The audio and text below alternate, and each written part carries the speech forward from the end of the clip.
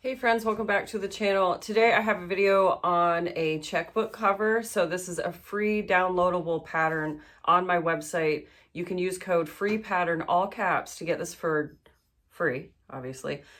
So the link for that is in the description box below. Caveat, there's no written pattern for this. This is just the PDF, or just like the pattern pieces itself. So the pattern pieces that are included are the exterior and the interior, which are the same size, but on the interior, you're gonna make all the cuts, which are shown in the pattern piece. And then it also comes with a duplicate cover here and a magnetic snap. Now you can do all of the add-ons to create the same checkbook cover that I made here, or you can leave everything off and just make a regular cover, no frills. So this is just two of the exterior, one interior piece. Then I only cut the slots for the checkbook and then for the register here. So go grab the pattern and let's get to another disclaimer. I sized this for US checks. So if you are out of the United States, be sure to check your checkbook's measurements and then manipulate the pattern as needed.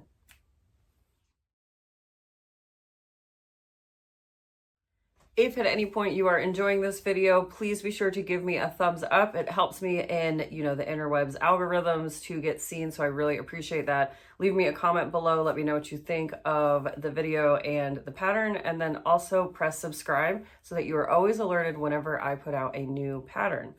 Pattern too, but a video. And then of course, if you are so inclined, feel free to join my Patreon, where that is a paid subscription based situation. You get early access to ad-free videos, you get freebies, and lots of behind the scenes. So I hope to see you there. All that information is in the description box. Thanks for watching. Okay, we are going to cut out our checkbook cover, and today I'm going to be using this unicorn cork. I've got too much stuff on my table here. So I am making one with a duplicate cover, so I need to cut that out. So I'm going to cut 6 inches wide by 2.75 inches tall. So there's that. And then I need to cut out my main and my lining. And that is going to be 6.5 inches wide by 7.75 tall. So I'm just going to cut 2 at once here. So 6.5 is 13. 6.5 doubled is 13. Just finish the thought there, Nicole. Okay, so I'm going to cut 13. Just going to trim this bottom section up so that I have a nice straight starting measurement or line. And I'm just going to measure across 7.75 inches tall.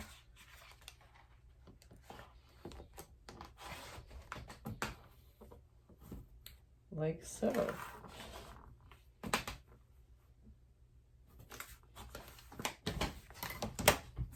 This cork out of the way. And so now all I need to do is just split this in half. So it just needs to be 6.5 inches wide. And then you can always use the pattern pieces in the free downloadable pattern. Go to my website to get that if you haven't already. So there is my lining and exterior, my duplicate cover. And then I need to cut 2 snaps. Now I have this basket of scraps here that I'm going to pull from.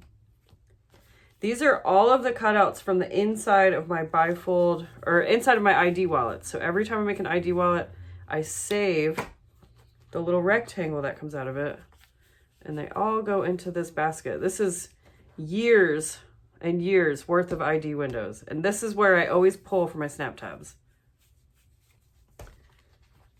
And I just got to find another unicorn. Oh, there we go. So you want 2 snap tab pieces. Now I'm going to cut them.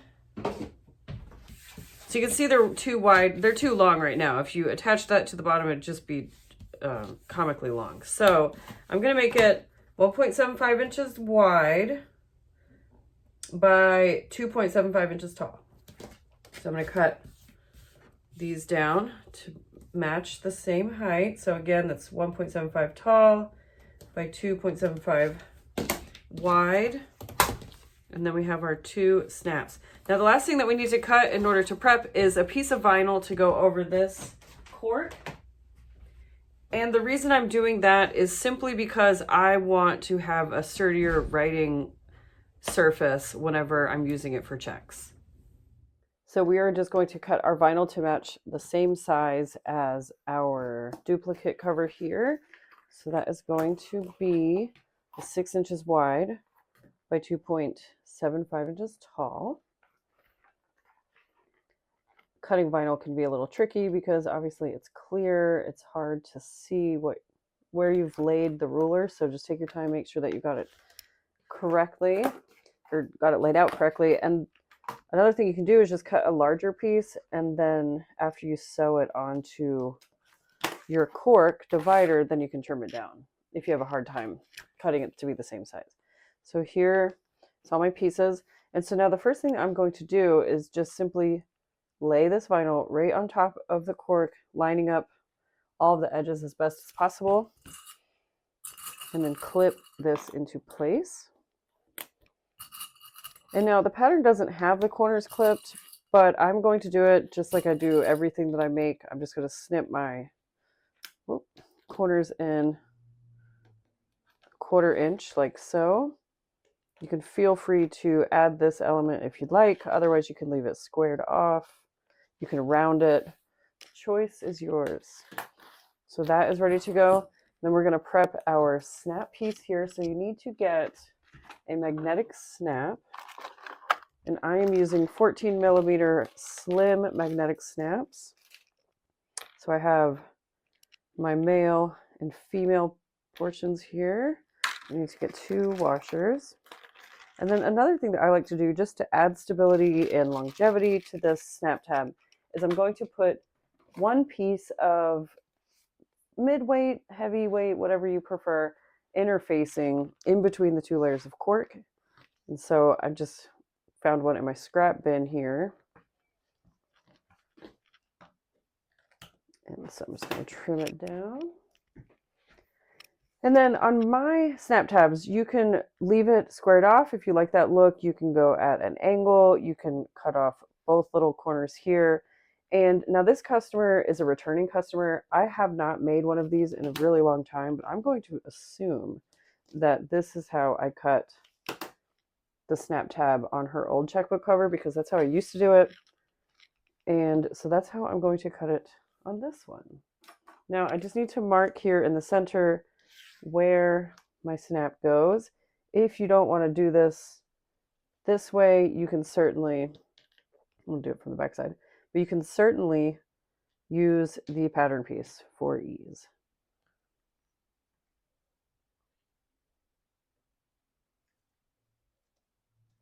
Okay, I'm just going to take my X-Acto knife, wherever it is, here it is, those little cuts, and now I'm going to install the male portion of my magnetic snap. If you're not familiar, the male portion is the side that has the protrusion in the magnet, not the gully. Protrusion and gully. I think I could have found words that went together better, but nope, not today. Okay, so this is going to go right there. So I just need to trim off these little ears that are overhanging. And so as you can see, I'm not being exacting with this. It's just an added layer of stability. It doesn't need to be the super precious cut. So don't break your back trying to make it perfect. Okay, so now I've got my interfacing, and I'm going to lay my 2 snap tabs wrong sides together, encasing that the back of the snap and the interfacing there. So now that is also ready to go. Now we need to create the interior of the checkbook. So the exterior is exactly how it already is. I'm going to add a brand here in a little bit once my branding press gets heated up all the way. But so this does not change. This, however, we need to make some marks on.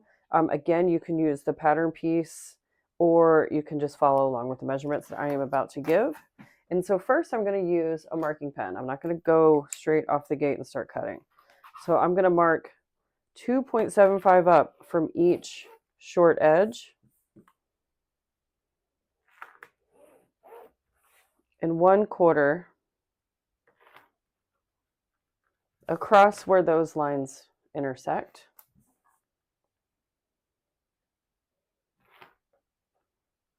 And then now I'm going to create a pen slot. The pen slot's going to go right here, right along the center. So I'm going to measure 2.5 inches in on both sides here and make a line. If you don't want a pen slot, obviously you can omit this. This is not mandatory. And then now I need to make a mark so that I know where to start and stop cutting on my pen slot. So I'm going to measure from this 2.75 inch mark, I'm going to measure 3/8 up and make an intersection mark here. Like that. And so now that tells me where to start and stop my lines when I'm creating this pen slot here. So this is what it looks like. And now what I'm going to do is I'm going to cut from here to here and from here to here and then along this line and along that line there. I'm going to start with my rotary blade, and if I don't make it all the way to my lines, then I will just snip what I missed using a pair of scissors. Another option here is that you can take a punch, a radial punch or a hole punch, and punch the end of your corner or at your intersection sites if you'd like to have little rounded ends.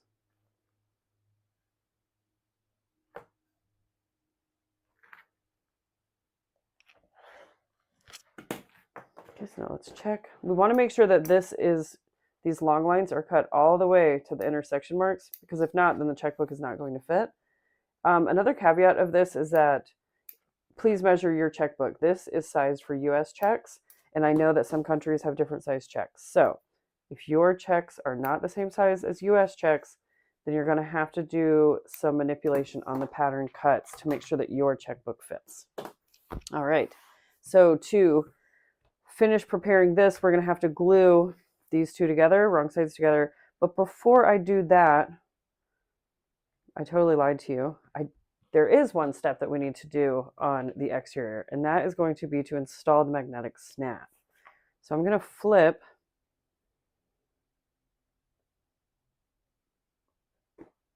it over, right sides. And what I need to do is I need to lay out where my male snap side is going to go, reference the pattern for this, or if you want to make it hard, like me, then you can do what I'm going to do.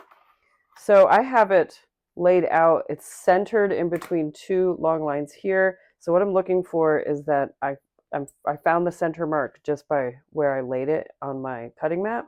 And so what I'm going to do is, using that center mark, I'm going to make a mark to demarcate where I need to cut to create for my magnetic snap. Okay, here we go. So I'm going to cut it 1 inch up, make the mark 1 inch up from the bottom edge here and centered. So it is 3.25 inches from the long edge and 1 inch high.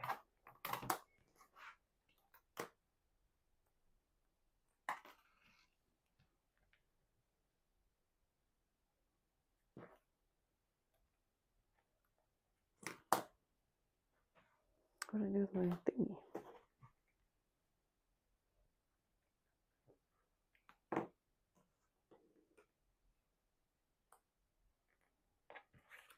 And then I'm going to be installing my male portion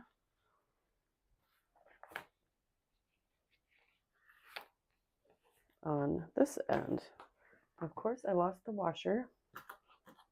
Oh, geez, right in front of me. Wow. That was pretty good. Okay, so that is what that looks like. This is actually going to be the top. When the snap is attached, the snap will be hanging out from the bottom, and then when it closes, it will be like that. So I'm going to go over to, well, not quite yet. I need to go brand this real quick before we move on, so I will be right back. All right, I got that all branded, ready to go. And now what we need to do before we glue these together is I need to go over to my machine. I'm going to top stitch around 3 sides of my duplicate cover. I'm going to start down here at one bevel, go up and all the way around.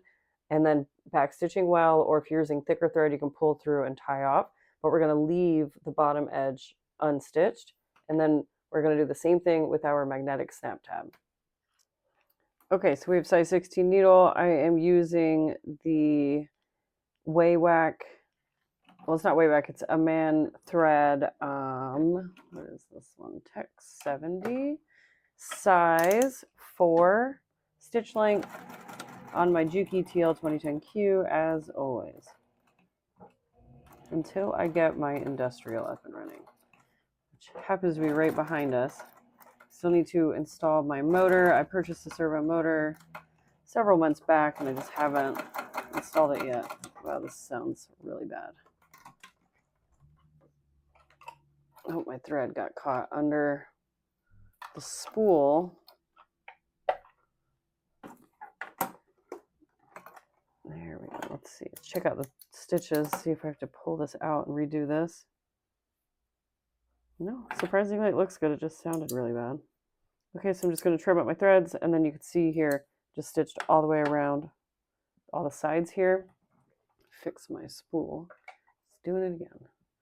All right, so now we are going to do the stitching all the way around the duplicate snap now.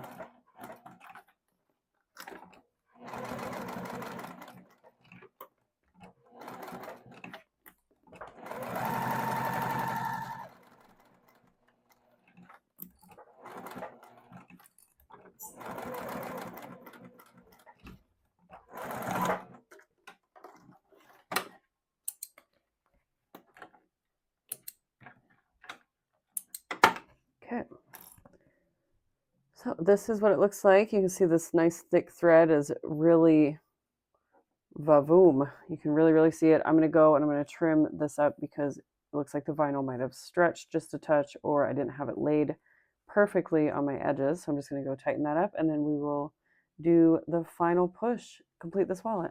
Hi, Druzy.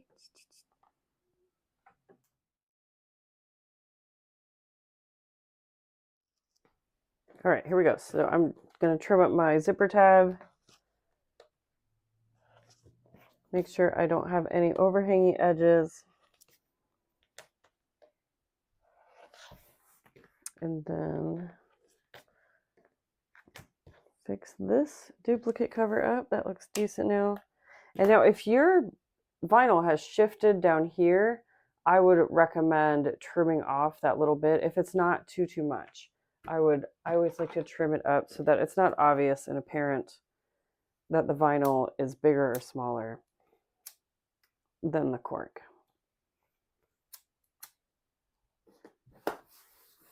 Okay, so for this next step, you can use glue, you can use double stick tape, you can use whatever you want. Really, doesn't really matter to me. You do you. So I'm just going to lay this centered, or you can transfer the marks that are on the pattern, but what we're doing is we're going to lay out our snap tab here. And so I just centered it, and then so I know that this is the center line right here. That's where the snap is, and so I know that I need to lay my snap tab to where this side of the snap is going to be centered, so it meets up with that side. I like to really challenge myself, I guess, because I totally could be doing this the easier way with the pattern, but you know, it's always fun to see how close you get. Sometimes it's really dead on, and there's nothing better. Okay, so now I'm going to, you can see I had gotten to the step before and had to peel it off, but I'm going to add glue all the way around. So I'm putting glue here in these little areas in here, and then all the way around the perimeter. I'm not putting glue where the checks are going to be. So here and here, and then this is where the pen goes. So do not glue inside this little area. And you don't want to be wild with the glue. Just a nice thin bead all the way around. Because if you do too much, then it'll seep into these open areas, and we don't want that. Laying this down can be a little wonky because of all of the cuts and the corks, so just go slow, line up your edges. I like to really pay attention to this edge that has the snap, because this one's going to be harder to trim after we sew it because the snap will be in the way. And if you do trim, it's going to be really apparent on this side, whereas the other sides just kind of blends together, or there's no obstruction, so it doesn't really blend together, but it's just a lot easier to access, in turn making it easier to cut. All right, so we have that. Now, if at this point, if you don't need that thing, the duplicate, you could just omit that and roll with it as is, and then this is where your checkbook would be, and then this is where your register would go. Is that what it's called? Checkbook register? I think so, where you keep track, where you do all your maths, as everybody not in America says. I haven't used a checkbook in so long. Now if I need a check, I just go to the bank and get one. But I do know that some people still rock with checks. It's been a while since I've seen one out in the wild, but you know, people do order these checkbooks from me. It leads me to believe people still use them. I know, especially business owners, they're really handy. But. Okay, so now just to mimic these same corners on my duplicate snap, I'm going to cut the corners here. And I just realized I didn't talk through what I did with my duplicate cover, but basically I just put glue along the unsewn edge, which indicates to me that that's the bottom, and I glued it down, centering it along this panel.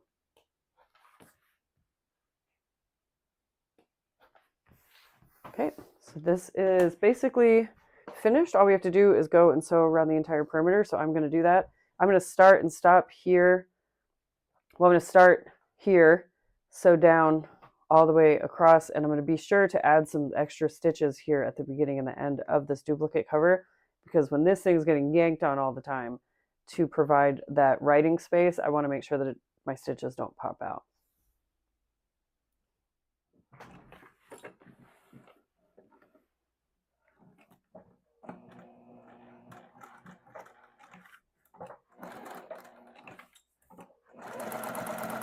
So you're going to want to be careful when you get up here toward the top, because that other snap is right here.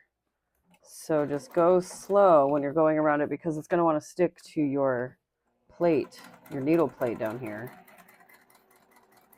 I can't tell you how many times I've been sewing and a snap or something has gotten caught on one of these grooves and it just totally messes up my line of stitching. So best to be aware and wary going into it. Another thing too is when you get to this side of the duplicate cover, you're going to be popping back up onto it with your presser foot, most likely. So that's another thing to be aware of, because your levels are going to shift.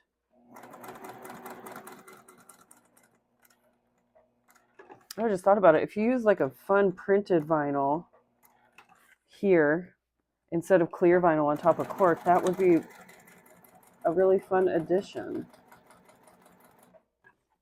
All right, so I'm going to add my stay stitches here now that I'm coming back around. I'm just going to trim this thread, get it out of the way.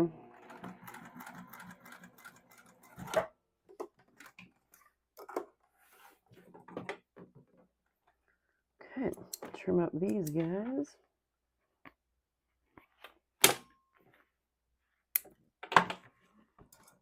And that's all she wrote for that.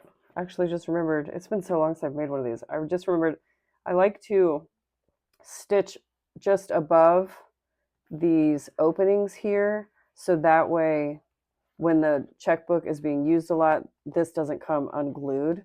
So I'm going to do that too. And so what I'm going to do is just stitch about 1/8 of an inch above this cut line and come down and around. You could do like crazy stitching in through here, but I'm just going to be careful not to stitch through my pen slot nor on my credit card slots.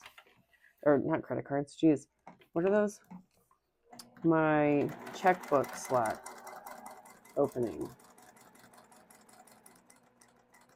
I'd say it's been a cool couple of years since I've made one of these. And then of course I was like, oh, I should film a video because it's an easy free pattern. And I didn't want to run through it first, because if I did, then I'd have just an extra checkbook laying around. Because I don't sell them on my table anymore. It was so weird. They never sold in person, but I always sell them online. So I was like, oh, I'll just figure it out as I go. I'll be able to do that. And for the most part, I have, but I can definitely tell I'm a little rusty with this pattern. So I apologize if that is very apparent in the video. It'll be all right. Okay, so I just did like a modified H, essentially. It's like a tall H. I'll show you in just one second.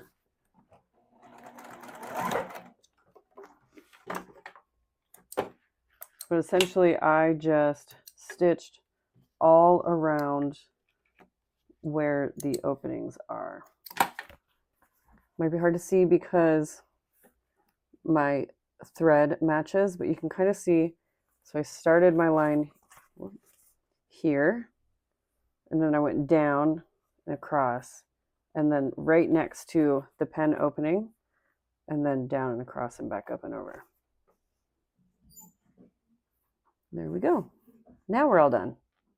Okay, so last thing that I would do to finish off the wallet is going to be to finish the edges, which you could do with glue, Mod Podge, or edge coat. That is your choice. But yeah, here we go. Check out, put a pen in here. I made this pen slot wide enough so that it will fit a myriad of sizes of pens. So, you know, people have their preferences, I know, and that's what it looks like. Obviously, there's no checkbook in it, but what I would do after I finish the edges is I will fold it, and when I close it, I'm going to make sure that the pen slot is open so that it becomes creased. And then snap it, and then I would just put something on the edge, like so, just to train it to stay closed. Here it is, all completed. You can see I have it full of stuff now. I have a pen in the pen slot, I have my register up here, and then my checkbook here. And I figured that I would show you how well the register cover works. So with that vinyl. So we will make it out. What's today's date? Today is January 12th. If you're watching this after, hello from the past. Let's see, we'll make this out to me for, let's go big here. 1 billion. And then, all those zeros don't even fit. So here you can see the imprint. I was writing fairly normally down here and a little bit harder up here, so you can see that it imprinted really nicely there. And then of course, I do recommend using some sort of ballpoint pen with this. A felt pen is not going to leave a nice transfer, just FYI. Okay friends, we made it to the end. I hope that you enjoyed this little quick video on how to make your very own checkbook register. And as I said before, please be sure to give me a thumbs up, press subscribe, and leave me a comment to let me know what you think. See you next time.